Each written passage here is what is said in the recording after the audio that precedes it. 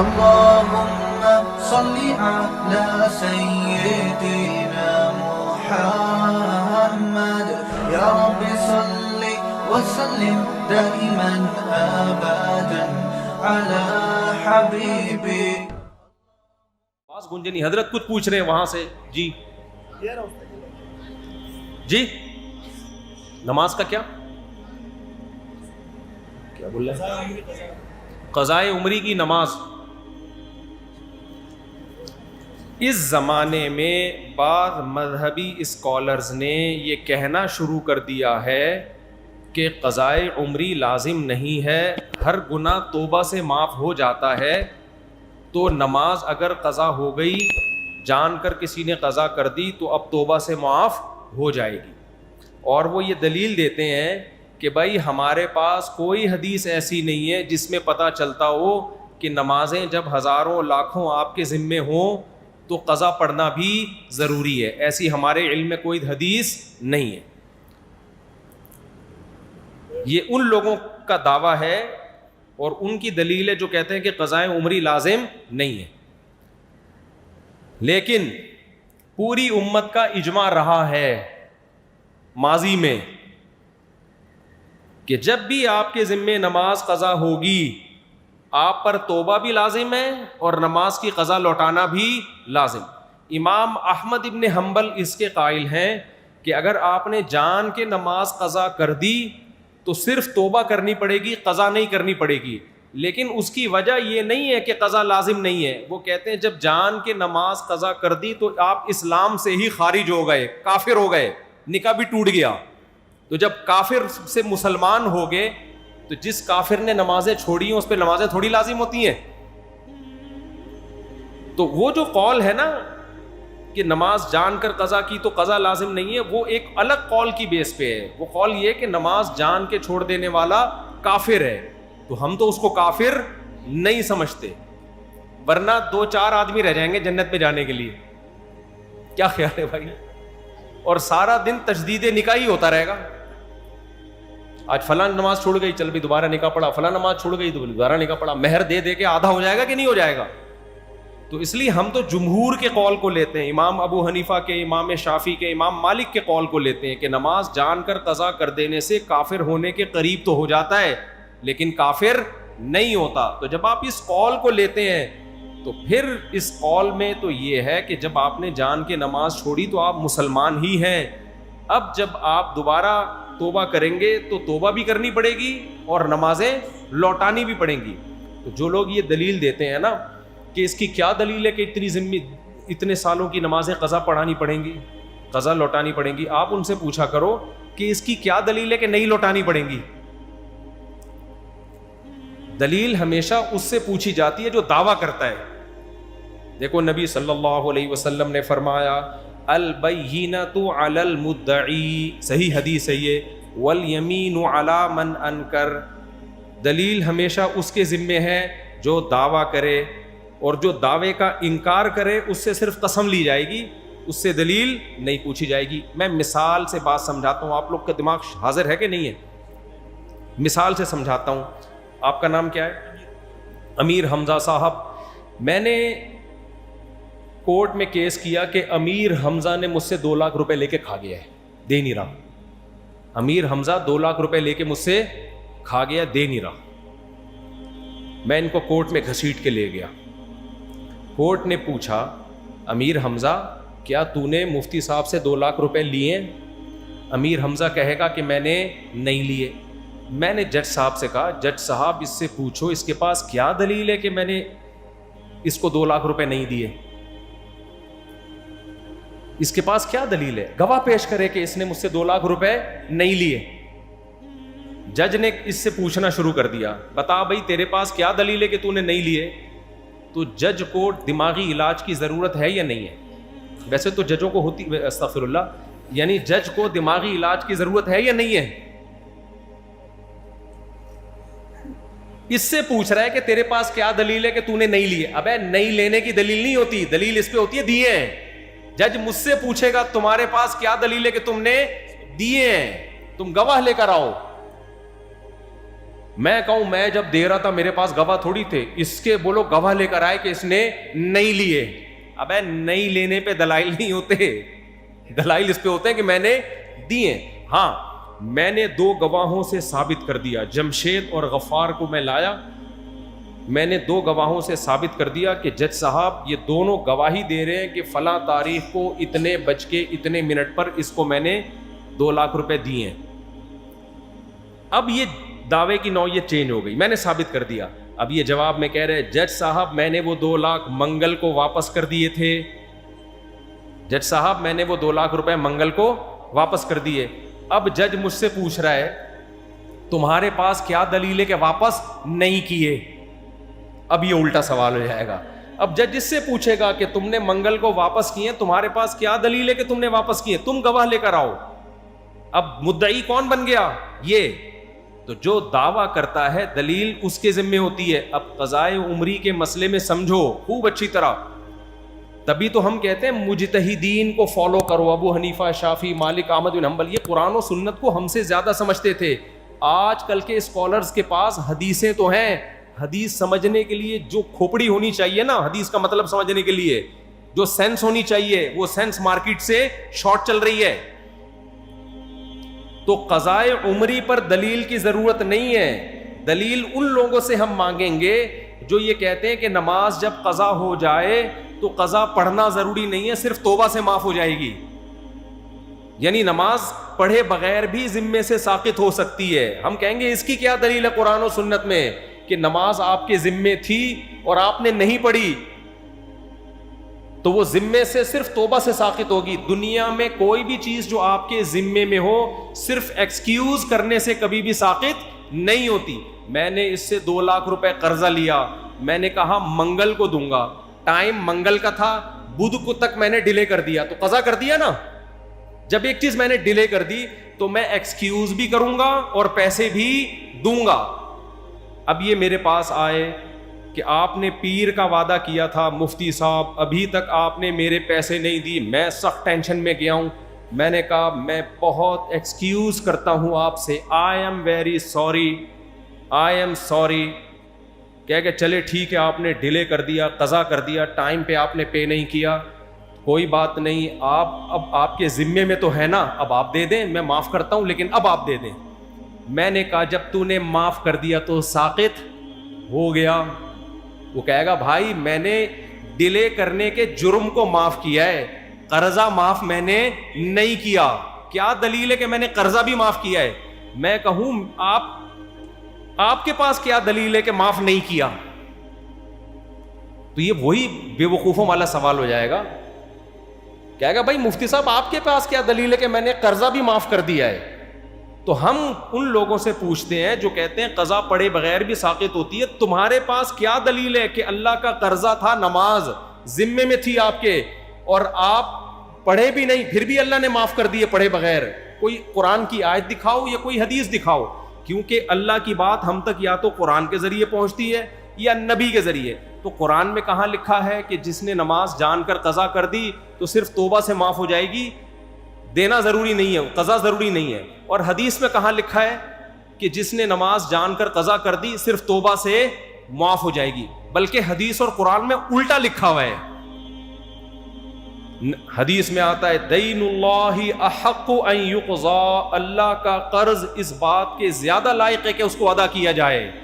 نبی سے جب بھی نماز قضا ہوئی ہے چاہے جان کر ہوئی ہو, آپ ظاہر ہے جان کے ویسے نماز قضا نہیں کریں گے, لیکن جنگ میں آپ سے نماز قضا ہوئی, غزوہ خندق میں 4 نمازیں قضا ہوئی ہیں, تیروں کی برسات تھی, آپ نماز پڑھ نہیں پائے تھے, اور اس وقت اللہ نے سفر میں نماز کیسے پڑھی جائے یہ طریقہ بھی نہیں بتایا تھا کہ جنگ میں کیسے نماز پڑھی جائے, تو اس لیے آپ کی نماز قضا ہو گئی. تو صرف توبہ کو کافی نہیں سمجھا گیا, 4 نمازیں قضا کی گئی ہیں پھر اگلی پڑھی گئی ہے. اسی وجہ سے امام ابو حنیفہ کہتے ہیں جب آپ سے جان کے نماز قضا ہو گئی تو نہ صرف یہ کہ قضا پڑھنا ضروری ہے بلکہ اگلی ہوگی نہیں جب تک پچھلی قضا پڑھو گے نہیں آپ. ہاں جب نمازیں بہت زیادہ ہو جائیں تو پھر ترتیب ساقط ہو جاتی ہے. اچھا یہ لوگ ایک دلیل اور دیتے ہیں, بھائی جب اتنی ساری نمازیں آپ کے ذمے آ گئیں, 10 سال کی نمازیں, 20 سال کی نمازیں, تو وہ صرف توبہ سے معاف ہوں گی, قضا پڑھنا ضروری نہیں ہے. اور اس کی دلیل وہ یہ دیتے ہیں کہ ما جعل علیکم فی الدین من حرج، اللہ نے دین میں تنگی نہیں رکھی ہے.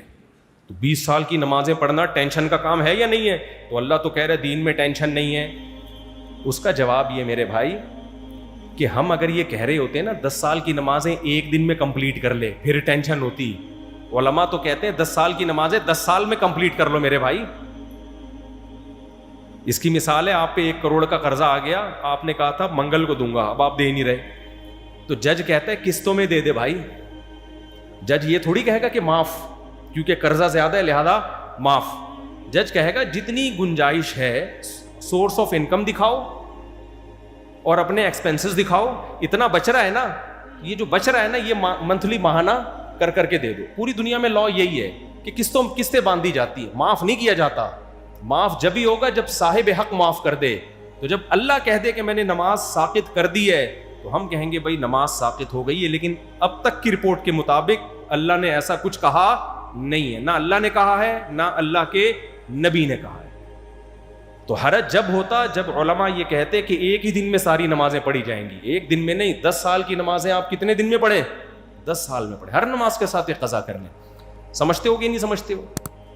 چلو بھائی اگلا سوال. اچھا میرے ہاتھ میں گزارش ہے کہ ایک بندے کو بیماری کی وجہ سے ختنہ کرانے سے روکا گیا تو اس کی کمائی کا کیا حکم ہے؟ ہاں بھائی ختنے کا کمائی سے کوئی تعلق نہیں ہے. ایک آدمی نے ختنے کی، ایک قریبی دوست کو دعوت میں نہیں بلا سکا. ایک آدمی نے ختنے کی، قریبی دوست کو دعوت میں نہیں بلا، وہ ناراض ہو گیا. تو وہ گیا ہمارے حضرت کے کسی استاذ یا والد صاحب کے پاس. ہمارے حضرت مفتی رشید احمد صاحب کے والد جو تھے نا بڑے خوش مزاج تھے. تو جا کے کہنے لگا اس نے ختنے کی دعوت کی، مجھے بھی نہیں بلایا. تو حضرت کے والد نے فرمایا اتنی سی بوٹی تھی، کس کس کو کھلاتا میرے بھائی؟ اتنی سی بوٹی تھی، کس کس کو کھلاتا؟ شکر کر نہیں بلایا. جی جی شادی کے لیے دعا. اچھا میرے بھائی جس کے ذمے قضا نمازیں ہوں اور رکاوٹ نہ کر سکتا ہو کتنے دن میں، تو کتنے دن ادا کرے؟ تو بھائی روزانہ 1 دن کی کم از کم نماز قضا کرے. فجر کے ساتھ فجر پڑھ لے، ظہر کے ساتھ ظہر پڑھ لے. اس طرح سے کیا جنازے کے بعد شامل ہونے والے افراد کو کھانا کھلانا لازم ہے، بریانی وغیرہ؟ دیکھو ایک تو میت کے نام پہ کھانا ہوتا ہے، وہ تو ٹھیک نہیں ہے. لیکن بعض دفعہ یہ ہوتا ہے کہ رشتہ دار دور سے آتے ہیں تو بھوک کا ٹائم ہوتا ہے، وہ جنازہ دفنا کے آتے ہیں، ان کا پیٹ کمر سے چپکا ہوا ہوتا ہے، تو ان کو کھانا کھلانے میں کوئی حرج نہیں ہے.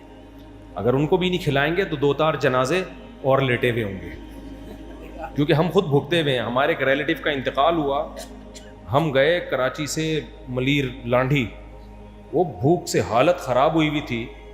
دفنا کے آئے ہیں تو بھائی خود لگنے لگا کہ اب اگلا نمبر کس کا ہے؟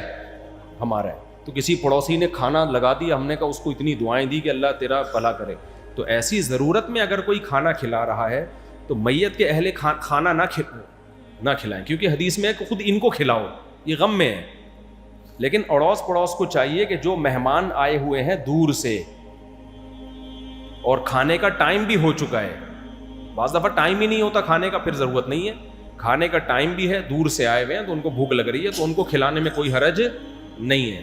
تو وہ والا کھانا نہیں کہلائے گا جس کو میت کا کھانا کہتے ہیں، تو ضرورت کی وجہ سے.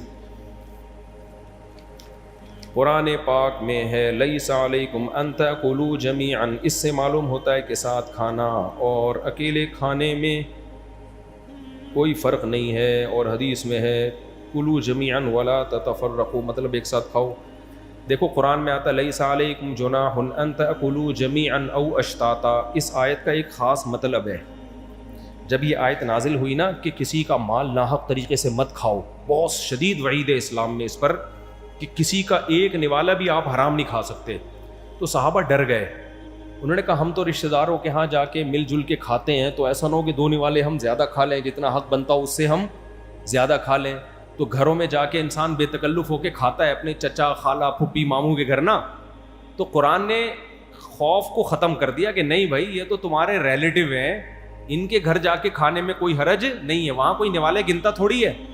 تو لیس علیکم جناح ان تاکلوا جمیعا او اشتاتا, انڈیویجولی بھی کھا سکتے ہو انفرادی طور پر, اور مل جل کے بھی کھا سکتے ہو, اس میں کوئی دو نوالے زیادہ کھا لیے کسی نے کم, اس سے کوئی فرق نہیں پڑتا.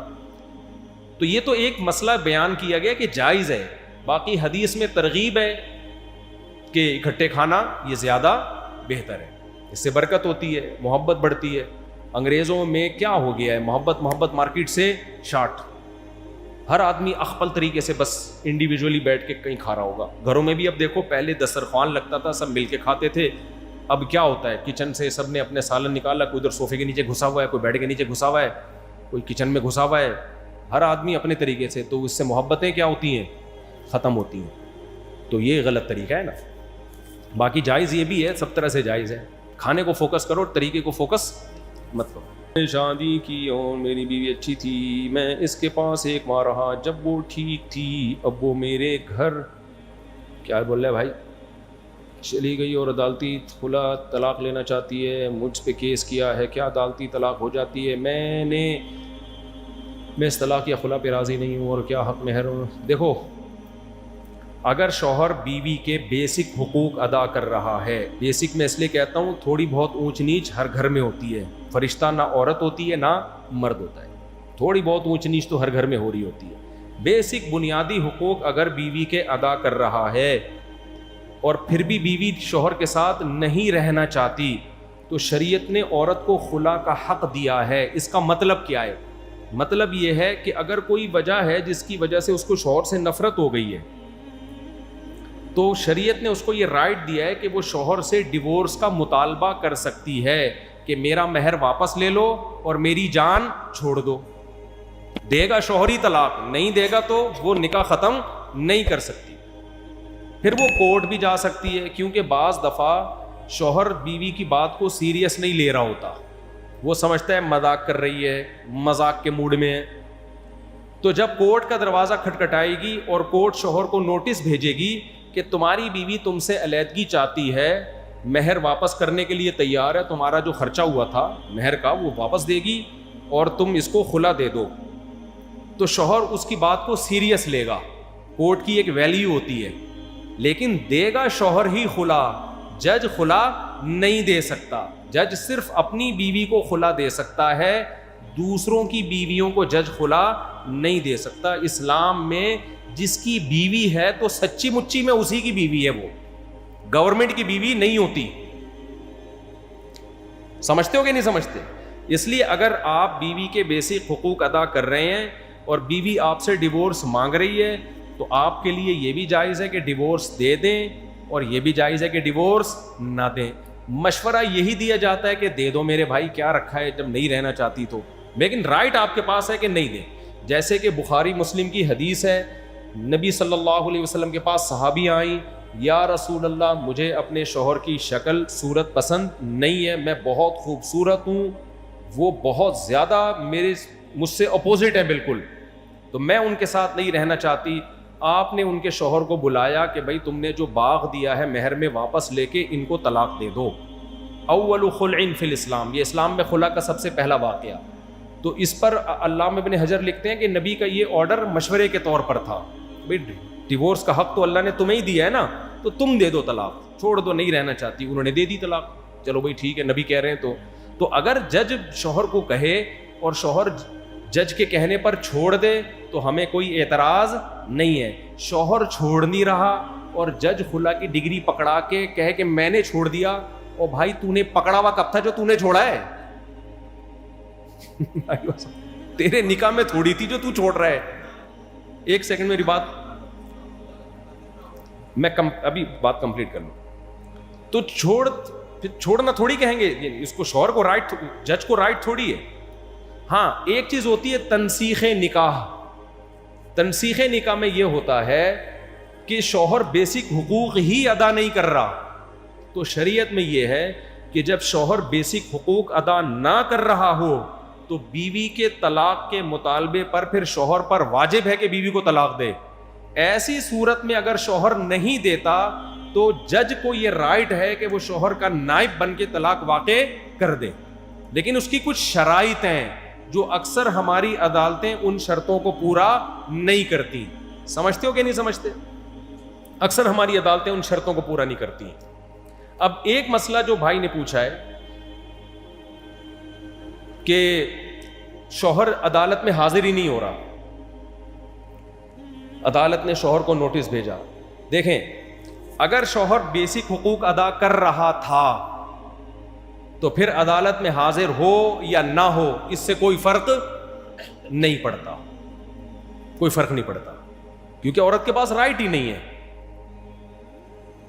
لیکن اگر بیسک حقوق ادا نہیں کر رہا, عورت نے گواہوں سے ثابت کر دیا کہ کم بخت نہ مجھے نان نفقہ دیتا ہے یا بے تحاشا مارتا پیٹتا ہے, کوئی بھی ایسا ظلم گواہوں سے ثابت کر دیا, تو کورٹ پھر نوٹس بھیجے گی میاں کو کہ انسان کا بچہ بن آ کے کیس کی سماعت کر. تو ایسی صورت میں اگر شوہر کو نوٹس ملا صحیح جگہ, کیونکہ وکیل کیا کرتے ہیں غلط جگہوں پہ نوٹس پہنچاتے ہیں. شوہر امریکہ میں ہے, اس کے گھر پہ نوٹس آ رہا ہے, اس کو پتہ ہی نہیں ہوتا. یہ بہت زیادہ ہو رہا ہے.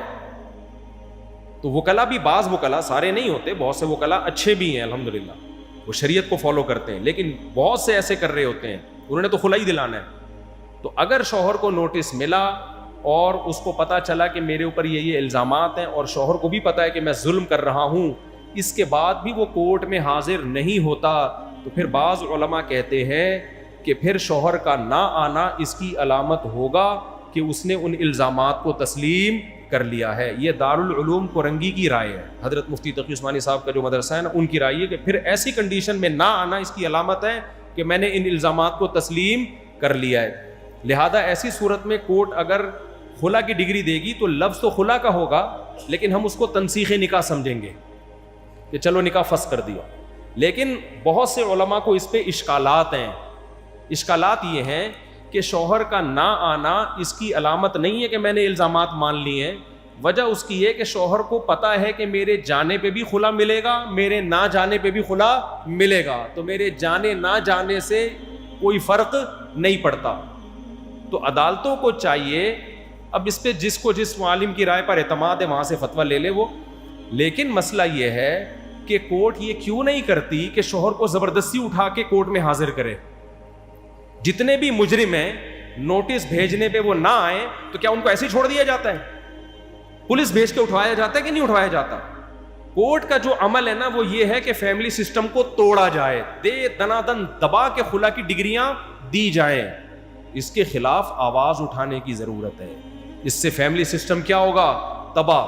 اب لڑکی والے اس پہ خوش تو ہوتے ہیں کہ ہم داماد کے ساتھ اپنی بیٹی کو نہیں رکھنا چاہتے تھے, کورٹ نے خلا کی ڈگری پکڑا دی. او بھائی صاحب, کل آپ بھی بھگتو گے, آپ کی بہو بھی کل مارکیٹ سے اسی طریقے سے شارٹ ہوگی اور آپ منہ دیکھتے رہ جاؤ گے. کل ہو سکتا ہے آپ کی بیگم, آپ کے 5 بچے ہوں اور آپ کی بیگم بھی بولے مجھے آپ کے ساتھ نہیں رہنا, ٹاٹا, مجھے جمشید پسند ہے, میں جا رہی ہوں. یہ پورا سیٹ اپ اگلی نسلوں میں برباد ہونے والا ہے.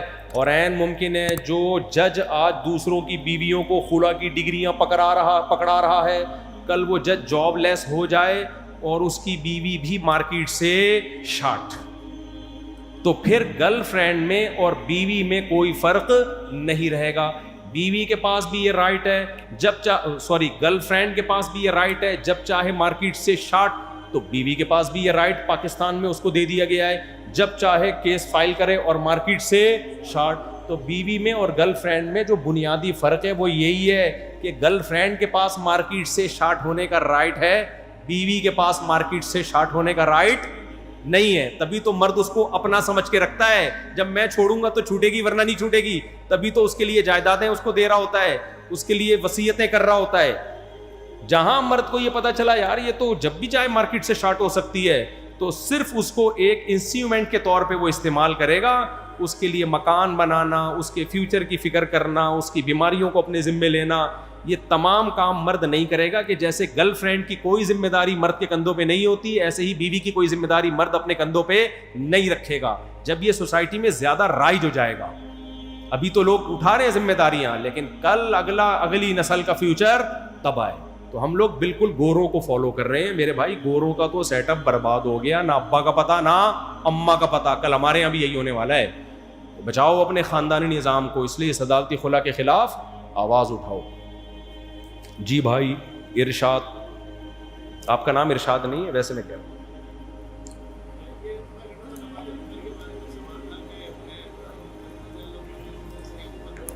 جی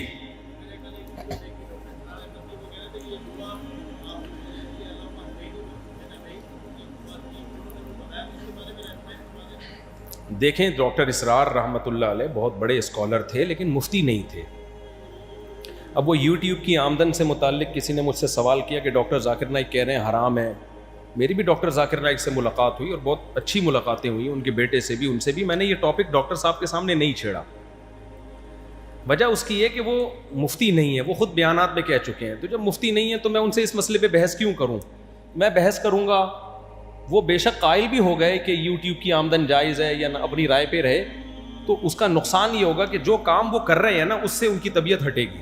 ہم چاہتے ہیں کہ جس کام میں وہ مشغول ہیں تقابل ادیان, ان کو اسی کام کا رہنے دیا جائے, ان کو دوسری بحثوں میں نہ الجھایا جائے. میں جب چاہوں ڈاکٹر ذاکر نائک سے مل کے بہت سارے مسائل پہ ڈسکشن کر سکتا ہوں, مگر جان کر ہم نہیں کرتے. اور انشاءاللہ ان سے ہمارے اچھے تعلقات ہیں, وہ جب میں چاہوں گا مجھے ٹائم بھی دیں گے فل, لیکن میں ان کے ٹائم کو ویسٹ نہیں کرنا چاہتا مسائل میں. یار جو کام وہ کر رہے ہیں, مجھے لوگ کہتے ہیں آپ ان سے اس مسئلے پہ بحث کرو, میں نے کہا میں کیوں ان کو الجھاؤں دوسرے مسائل میں؟ یار جو کام وہ کر رہے ہیں وہ ان کا ٹاپک ہے نا.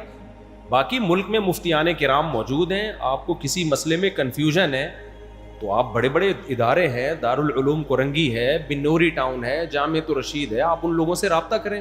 حضرت ڈاکٹر ذاکر نائک صاحب جو ہیں, انہوں نے کتنی دفعہ اس بات کا اقرار کیا ہے, اعلان کیا ہے کہ بھئی علماء سے دین سیکھیں. میں نے بھی علماء سے سیکھا, بہت بار کہتے ہیں نا. ان کی تو ساری اسپیچز ہی علماء کی, بہت ساری اسپیچز میں علماء کی فضیلت بیان ہوئی ہے. تو جو جس کی فیلڈ ہو مسئلہ اسی سے پوچھنا چاہیے. تو ڈاکٹر اسرار احمد رحمۃ اللہ علیہ بھی اپنی اسپیچز میں 20 دفعہ یہ بات کہہ چکے ہیں کہ میں عالم مفتی نہیں ہوں, میں قرآن میں ایکسپرٹ ہوں. اس میں انہوں نے علماء کی تفسیریں ہی پڑھی ہیں. تو جو جس کی فیلڈ ہو اس سے وہ چیز سیکھیں. آگے انہوں نے کہہ دیا کہ یہ دعائے قنوت ثابت نہیں ہے, یہ وہ والی ثابت ہے, یہ ان کی ذاتی رائے ہے. انہوں نے اسلامک بینکنگ کو بھی کہہ دیا کہ وہ حرام ہے, یہ ان کی ذاتی رائے ہے. اصل میں اسلامک بینکنگ میں آپ مفتی تقی صاحب کو فالو کریں گے. جامعۃ الرشید نے بھی اس پہ بہت تحقیق کی ہے. ہمارا تو اسلامک بینک سے کوئی لینا, 1 روپیہ بھی نہیں ملتا. تو میں اگر اسلامک بینک کو جائز کہہ رہا ہوں تو بھائی تحقیق کے بعد کہہ رہا ہوں, میرا تو اس میں کوئی 2 ٹکے کا فائدہ نہیں ہے. بلکہ میں جب اسلامک بینک میں, میزان بینک میں اکاؤنٹ کھولنے گیا تھا نا, ہم نے فتویٰ دیا کہ جائز ہے. جب میں اکاؤنٹ کھولنے گیا اس حلیے میں, تو انہوں نے کہا تو طالبان لگ رہا ہے, مجھے اکاؤنٹ ہی نہیں کھولا انہوں نے. بہت پرانی بات ہے, اکاؤنٹ ہی نہیں کھولا. اور میرے خلاف لوگوں کے کلپس آ رہے تھے, اصل میں ان کو بینکوں سے پیسہ ملتا ہے نا, اس لیے انہوں نے میزان بینک کو جائز کر دیا, حالانکہ ہمیں اکاؤنٹ نہیں کھولنے دے رہے تھے وہ. صحیح ہے نا. تو پاکستانی قوم میں پروپیگنڈا بہت ہے. ڈاکٹر صاحب ابھی آئے نا, ڈاکٹر ذاکر نائک صاحب, مجھے ڈر یہ لگ رہا تھا کہ پاکستانی قوم کے ہتھے نہ چڑھ جائیں یہ بیچارے. ان کی اردو زیادہ ایکسپرٹ نہیں ہے, تو وہ کچھ بھی یہ لفظ انہوں نے بولا, وہ پاکستانی قوم نے جو ان کی گت بنانی ہے, تو بھائی تھوڑا ظرف کیا کر لو, بڑا کر لو.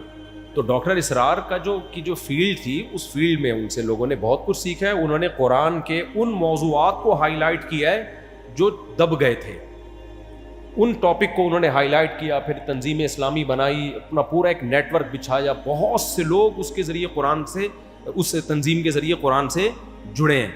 لیکن ان کی جو فقہی مسائل میں ان کی رائے ہو, چاہے وہ رفع الیدین کا مسئلہ ہو, تو بھائی رفع الیدین میں تو امام ابو حنیفہ کی رائے ڈاکٹر اسرار کی رائے سے زیادہ مضبوط ہے.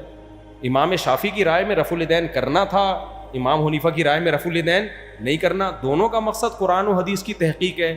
تو اگر آپ نے رائے کی بات کرنی ہے تو پھر ابو حنیفہ کی رائے کو ہم زیادہ اہمیت دیں گے. اگر دلائل کی بات کرنی ہے تو پھر نہ ڈاکٹر اسرار نہ ابو حنیفہ, پھر تو قرآن و سنت میں آؤ, تو اس پہ آپ کو بہت سارے دلائل مل جائیں گے. جیسے کرنے کے ہیں ایسے ہی نہ کرنے پہ بھی مل جائیں گے. لیکن آپ تعصب کی اینک اتار کے دیکھو. اور ڈاکٹر ذاکر نائک نے ابھی اسپیچ میں یہی کہا ہے کہ رفع الیدین کرنا نہ کرنا, یہ دونوں طریقے ٹھیک ہیں, چاہے حنفی ہو شافی ہو, اس سے کوئی فرق نہیں پڑتا. افسوس کی بات یہ ہے کہ وہ ان باتوں سے وہ فرقہ واریت ختم کر رہے ہیں, اور ہمارے ہاں یوٹیوبرز انہی باتوں کو لے کے فرقہ واریت کو بڑھانے کا ذریعہ بنا رہے ہیں. حالانکہ ان کا مقصد یہ کہ حنفی بھی ٹھیک ہے, شافی بھی. انہوں نے کہا میرے ابا شافی تھے, مطلب وہ بھی ٹھیک ہے. ڈاکٹر ذاکر نائک کے ابا کے جہنم میں جائیں گے معاذ اللہ. ان کا مقصد ہی یہی ہے کہ بھائی سب ٹھیک ہیں, یہ فروعی اختلافات ہیں, ان میں سب ٹھیک ہیں. تو جو یہ کہتا ہے نا میں ٹھیک ہوں باقی سب غلط ہیں, رفع الیدین والا ٹھیک ہے نہ کرنے والا غلط, تو ڈاکٹر ذاکر نائک اس پہ رد کر رہے ہیں. اسی طرح جو کہتے ہیں نہ کرنے والا ٹھیک کرنے والا غلط, اس پہ رد کر رہے ہیں. لیکن ہمارے ہاں یوٹیوبرز انہی کے کلپ کو نکال کے اپنے فیور میں لے کے جا رہے ہیں. یہ پاکستانی قوم جو ہے یہ بہت ہی کچھ نیگیٹو سوچتی ہے. تو بھائی ان کی رائے میں کرنے والا بھی ٹھیک ہے, نہ کرنے والا بھی ٹھیک ہے. میں جب ڈاکٹر ذاکر نائک صاحب سے میری ملیشیا میں دوسری ملاقات ہوئی, انہوں نے کہا میں اتنا بیزار ہوں نا, یہ میں نے کہتے ہیں نماز کا طریقہ ٹی وی میں سکھانا شروع کر دیا. تو پہلے میں نے ایسے کہا کہ رفع الیدین والی نماز, تو اس پہ جو حنفی لوگ ہیں ان کو اعتراض شروع ہو گیا. پھر میں نے بغیر رفع الیدین والی شروع کر دی, تو جو رفع الیدین والے ہیں ان کو اعتراض شروع ہو گیا. کہہ رہے میں نے نماز کا طریقہ سکھانا چھوڑ دی کہ یہ سکھاؤں گا تو یہ ہوگا. بھائی تو ان کا مقصد یہ ہے کہ یہ بڑے مسائل نہیں ہیں, ان میں سب کچھ ٹھیک ہے, مارکیٹ میں سب. یہ تو صحابہ میں اختلاف تھا, کچھ رفع الیدین کرتے تھے کچھ نہیں کرتے تھے. تو اس سے آگے نکلنے کی ہمیں ضرورت ہے. تو یہ جو ڈاکٹر اسرار رحمۃ اللہ علیہ کی آپ نے بات کی ہے نا, یہ والی دعائے قنوت نہیں ہے, یہ ان کی ذاتی رائے ہے. دونوں دعائے قنوت حدیث سے ثابت ہیں. یہ جو میں خطبے میں پڑھتا ہوں اللہم اہدنا فیمن ہدیت, یہ بھی ثابت ہے, کوئی یہ پڑھ لے تو بھی کوئی حرج نہیں ہے. تو اس میں شدت کی اجازت نہیں ہے. تو بینکنگ میں بھی انہوں نے کہا, اسی طرح قومی ترانے میں کہہ دیا کہ کھڑا ہونا شرک ہے. وجہ اس کی یہ تھی کہ ان کی ایک غلبہ تھا ان کے اوپر. بعض دفعہ انسان پہ کسی چیز کا غلبہ ہوتا ہے, جیسے امام مالک رحمہ اللہ تعالیٰ کے دل میں مدینہ کی بہت زیادہ محبت تھی, تو ان کی رائے میں مدینہ مکہ سے بھی افضل تھا. حالانکہ دلائل کی دنیا میں دیکھا جائے تو مکہ کی فضیلت مدینہ سے زیادہ ہے. حرم مکی میں 1,00,000 نمازوں کا ثواب اور مسجد نبی میں 1,000 نمازوں کا ثواب. لیکن امام مالک کے دل میں نبی کی محبت اتنی زیادہ تھی کہ انہوں نے ان کی رائے میں, تو اب ہم یہ کہیں گے ان کی ذاتی رائے ہے جس کے پیچھے کوئی بری غرض نہیں ہے, کام نبی کی محبت میں ہی ہو رہا ہے نا. تو لیکن جو جمہور کی رائے تھی وہ فالو ہم اسی رائے کو کریں گے. تو اس لیے مسائل کے بارے میں ایک اصول بنا لیں, مفتیان کرام سے پوچھیں, تو یہ کنفیوژن کبھی پیدا نہیں ہوگی. چلو میرے بھائی وہ کچھ پوچھ رہے, پہلے وہ ہاتھ انہوں نے کھڑا کیا. ارشاد جی. چم ہاں, والد صاحب کی عمر بہت زیادہ ہو گئی ہے اور زندگی میں انہوں نے کبھی نماز نہیں چھوڑی. تو اب اگر ان کو دماغ میں ہوش ہی نہیں ہے تو پھر نماز قضا کرنے کا ان کو نہ گناہ ہوگا نہ وہ نماز ان کے ذمے ہوگی. صحیح ہے. تو جب ذمے ہی نہیں ہے تو پھر فدیہ بھی نہیں ہے. لیکن اگر وہ ہوش میں ہیں تو پھر نماز ان پر لازم ہے. تو ان کو بتا دیں جس طرح سے پاسبل ہو, بیمار آدمی کی نماز کا کیا طریقہ ہے. پھر بھی چھوٹ جاتی ہے تو قضا پڑھ لیں, توبہ استغفار بھی کریں, یہی ہے بس. اچھا بھائی آپ کچھ پوچھ رہے ہیں. جی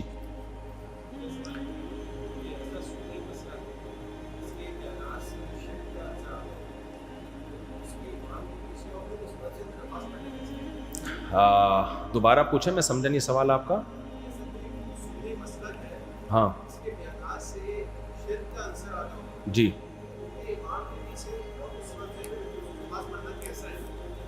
دیکھو کہہ رہے ہیں کہ کوئی ایسا خطیب واعظ جس کے بیانات میں لگتا ہو کہ شرک کا عنصر آتا ہو. دیکھیں شرک ایک ایسی چیز ہے, کفر کا فتویٰ ایک ایسی چیز ہے کہ علماء کا اجماع ہے کہ کسی بات کے کسی کے کلام کے 100 مطلب نکلتے ہوں, 99 مطلب یہ ہوں کہ یہ کفر ہی کر رہا ہے, لیکن ایک درجے میں اس کی تعویل ممکن ہو, تو علماء کہتے ہیں کفر کا فتویٰ نہیں لگایا جائے گا, اس ایک احتمال کو ترجیح دی جائے گی اس کو کفر سے بچانے کے لیے. تو کسی کو کافر قرار دینا آسان کام اسلام میں نہیں ہے. مسلمان کو کافر کو اسلام میں داخل کرنا بہت آسان ہے, اسلام میں آنے کے بعد اس کو دائرہ اسلام سے نکالنا اسلام میں بہت مشکل ہے.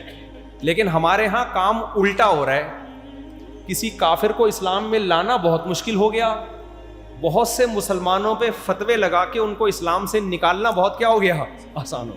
تو کوئی بھی خطیب اس طرح کی مبہم بات کر رہا ہے تو آپ اس کو کافر قرار نہ دیں. البتہ شریعت میں نماز میں احتیاط ضروری ہے. تو آپ کو اگر شک ہو رہا ہے کہ پتہ نہیں یہ مشرک ہے یا نہیں ہے, تو آپ اپنا شک اس سے مل کے دور کر لیں. آپ اس سے پوچھیں کہ آپ کا نبی کے بارے میں یہ عقیدہ ہے تو ذرا اس کو ایکسپلین کریں, کیا کہنا چاہتے ہیں آپ. مثال کے طور پر بعض لوگ کہتے ہیں نبی کو علم غیب تھا, تو بھائی علم غیب اس معنی میں تو نبی کے پاس تھا کہ اللہ نے آپ کو بہت سی غیب کی باتیں بتائی ہیں, بہت سی نہیں بھی بتائی ہیں. لیکن کیا اللہ کے برابر علم تھا؟ علم غیب کلی تھا, ہر چیز کا علم تھا. تو وہ کہیں گے ہاں کلی تھا. تو پھر آپ مزید پوچھیں کہ کیا کلی کا کیا مطلب؟ اللہ کو بھی سب کچھ پتا ہے, نبی کو بھی پتا, تو اللہ اور رسول کا علم تو برابر ہو گیا. پھر اگر وہ کہتے ہیں برابر ہو گیا, پھر تو میرے بھائی کوئی تعویل نہیں ہو سکتی. اگر وہ کہیں نہیں اللہ کا علم زیادہ تھا, نبی کا علم اللہ کے علم سے کم تھا, اس کا مطلب یہ کہ وہ اپنی بات پہ قائم نہیں ہے, پھر اس کو فیور دیا جائے گا. سمجھتے ہیں کہ نہیں سمجھتے؟ پھر جلد بازی نہیں کی جائے گی. چلو میرے بھائی ایک منٹ یہ سوال یہ بھائی تھوڑا اکیلے میں ملے, ان سے بولے حیا کے خلاف تھوڑا مسئلہ ہے, تو ان کو بولے چھپڑ میں ملو. استاد جی منت ماننا کیسا ہے؟ منت میں مانے گئے روزے مسلسل. منت ماننا جائز ہے اگر کسی عبادت کی منت ہو. جیسے میرا اللہ نے یہ کام کر دیا تو میں اتنے روزے رکھوں گا, اللہ نے میرا یہ کام کر دیا تو اتنے پیسے صدقہ کروں گا, فلاں جگہ میری شادی ہو گئی تو اتنی رکعتیں نماز پڑھوں گا. باقی ہونے کے بعد تو پھر کہہ رہا ہوگا خام خواہ میں نے منت مان لی. تو اگر کسی نے زبان سے ایسے الفاظ کہے ہیں, دل میں نیت کرنے سے کچھ نہیں ہوتا, چاہے کتنا پکا عزم کے, زبان سے یہ الفاظ دہرائے, تو پھر اس پر یہ اس منت کو پورا کرنا لازم ہے. چاہے کتنی نمازیں کتنے روزے کی ہو, سارے کرنے پڑیں گے. لیکن حدیث میں منت ماننے کو پسند نہیں کیا, اس لیے یہ کام نہ کیا کریں. ویسے ہی اللہ سے دعا مانگ لیا کریں. منت ماننے کو پسند کیوں نہیں کیا گیا؟ اس لیے کہ یہ ایک طرح سے اللہ کو چیلنج ہے. اے اللہ میں روزے رکھوں گا بشرطے کہ تو میرا یہ والا کام کر دے, نہیں کرے گا تو جاؤ ہم بھی نہیں رکھ رہے روزے. یہی مطلب ہوا نا اس کا. کیا خیال ہے بھائی؟ اللہ میاں سے بارگیننگ کیوں کر رہے ہو بھائی؟ اللہ تو میرا کام کر دے, میں رکھوں, میں تو محتاج ہوں, بس کر دے تو میرا کام. تبھی حدیث میں آتا ہے, صحیح بخاری کی حدیث ہے کہ جو لوگ صدقے کی منت مانتے ہیں نا, ہوتا تو وہی ہے جو اللہ نے مقدر میں لکھا ہوتا ہے, لیکن اللہ اس کے ذریعے کنجوسوں کا پیسہ نکالتے ہیں. ویسے کمبختوں کو کبھی صدقے کی توفیق نہیں ملتی, تو اللہ کہتے ہیں اس کا کام اٹکا ہوا ہے, یہ منت مانے گا میں کام کر دوں گا, تو اس بہانے اس کی جیب سے کنجوس سے پیسہ نکلے گا. تو ویسے ہی نکال دیا کرو یار پیسہ. تو منت نہ مانا کریں, کیونکہ بعض دفعہ اتنی گاڑی منتیں مان لیتے ہیں وہ زندگی بھر کے لیے مصیبت میں پھنس جاتے ہیں. اور منت کا پورا کرنا واجب ہے, منت کو پورا نہ کرنا کبیرہ گناہ ہے. تو اس لیے بہتر یہی ہے کہ یہ کام نہ کیا کریں. ویسے ہی اللہ سے دعا مانگ لیا کریں, اور جب کام ہو جائے تو خود اپنی خوشی سے جو صدقہ خیرات ہو, جو رکعت نمازیں ہوں, جو روزے ہوں, شکرانے کے کر لیا کریں. سمجھتے ہو جی میرے بھائی؟ بس 2 سوال اور لے لیتے ہیں جی. ہاں, جب ہم توبہ کرتے ہیں تو توبہ قبول ہونے کی کوئی نشانی؟ دیکھو اکثر ایسا ہوتا ہے کہ توبہ جب انسان قبول کرتا ہے نا, دل ہلکا ہو جاتا ہے. جب اللہ توبہ قبول کرتا ہے تو دل کیا ہو جاتا ہے؟ ہلکا. تبھی قرآن کہتا ہے یجید اللہ غفور الرحیمہ. عجیب الفاظ ہیں قرآن کے. ومن یعمل سوءا او یظلم نفسہ, جو بھی اپنی جان پہ ظلم کرے گا یا کوئی گناہ کرے گا, ثم یستغفر اللہ, پھر اللہ سے توبہ استغفار کرے گا, یجید اللہ غفور الرحیمہ, اللہ کو غفور بھی پائے گا اور رحیم بھی پائے گا. اتنی مزے کی آیت ہے نا یہ, اتنی مزے کی آیت. کوئی 4 لڈو کھا لینا اتنا مزہ نہیں آتا جتنا اللہ کی قسم اس آیت کو پڑھنے میں مزہ آتا ہے. وَمَن يَعْمَلْ سُوءًا أَوْ يَظْلِمْ نَفْسَهُ ثُمَّ يَسْتَغْفِرِ اللَّهَ. دیکھو اللہ یہ بھی کہہ سکتے تھے جو گناہ کر دے پھر وہ اللہ سے توبہ استغفار کرے, اللہ اس کے گناہ کو معاف کر دے گا, یہ بھی ہو سکتا تھا نا. اللہ نے کہا نا معاف کرنا کے لفظ نہیں, یجید اللہ غفور الرحیمہ, وہ اللہ کو پائے گا, محسوس کرے گا کہ واقعی اللہ غفور بھی ہے اور اللہ رحیم بھی ہے. اس کی مثال ایسے ہے, آپ کو پیسوں کی ضرورت ہے, اللہ نہ کرے آپ نے مجھ سے مانگ لیے, کیونکہ میں بعض دفعہ مثال دیتا ہوں تو لوگ پھر کہتے ہیں اچھا آپ قرضے بھی دیتے ہیں لوگوں کو, اللہ نہ کرے, اس لیے میں کہہ رہا ہوں آپ نے مجھ سے مانگ لیے, اور اتفاق سے میں بڑے جوش میں تھا, صحابت اتفاق سے جوش مار رہی تھی. تو ایک طریقہ تو یہ ہوتا ہے بھائی اگر تمہیں پیسوں کی ضرورت ہے میرے گھر آنا, میں تمہیں پیسے دے دوں گا. ایک اسٹائل یہ ہوتا ہے, اس سے زیادہ موٹیویشن نہیں ملتی. ایک اسٹائل یہ ہے بھائی تمہیں پیسوں کی ضرورت ہے تو جب ضرورت پڑے میرے گھر آنا, جب تم آؤ گے بیل بجاؤ گے تو تم ایک سیٹھ اور سخی کو اپنے سامنے پاؤ گے, تمہیں پتہ چلے گا کسی بندے سے ملاقات ہوئی ہے, کر نہیں لینا خدا کے لیے ایسا چیک کرنے کے لیے, مثال دے رہا ہوں میں.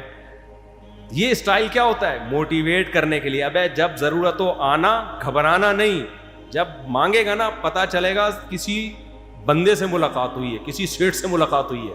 تو اللہ نے کہا جس سے گناہ ہو گیا وہ اگر توبہ استغفار کرتا ہے تو اللہ نے یہ نہیں اس آیت میں کہا کہ میں معاف کر دوں گا, نہ اللہ کہتے ہیں وہ محسوس کرے گا, پائے گا کہ جس کے سامنے اس نے ہاتھ اٹھائے ہیں وہ معاف کرنے والا نہیں بلکہ انتہائی معاف کرنے والا اور انتہائی رحم کرنے والا ہے. یجد اللہ, پائے گا وہ.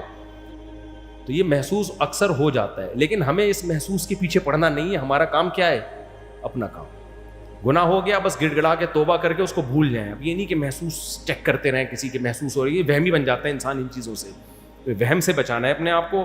آپ کی ذمہ داری تھی گڑ گڑا کے توبہ کر لینا, توبہ کر لیا, کر لی, اب اس گناہ کو ہمیشہ کے لیے بھول جاؤ. کافی ٹائم ہو گیا, نیکسٹ ٹائم ملیں گے انشاءاللہ, پھر ملیں گے. مفتی طارق مسعود صاحب کے بیانات سننے کے لیے youtube.com/مفتی طارق مسعود کو سبسکرائب کریں, اور اگر آپ لائیو ویڈیو کو کبھی بھی مس نہیں کرنا چاہتے ہیں تو سبسکرائب کرنے کے بعد بیل آئیکن پہ کلک کرنا مت بھولیں. جزاک اللہ.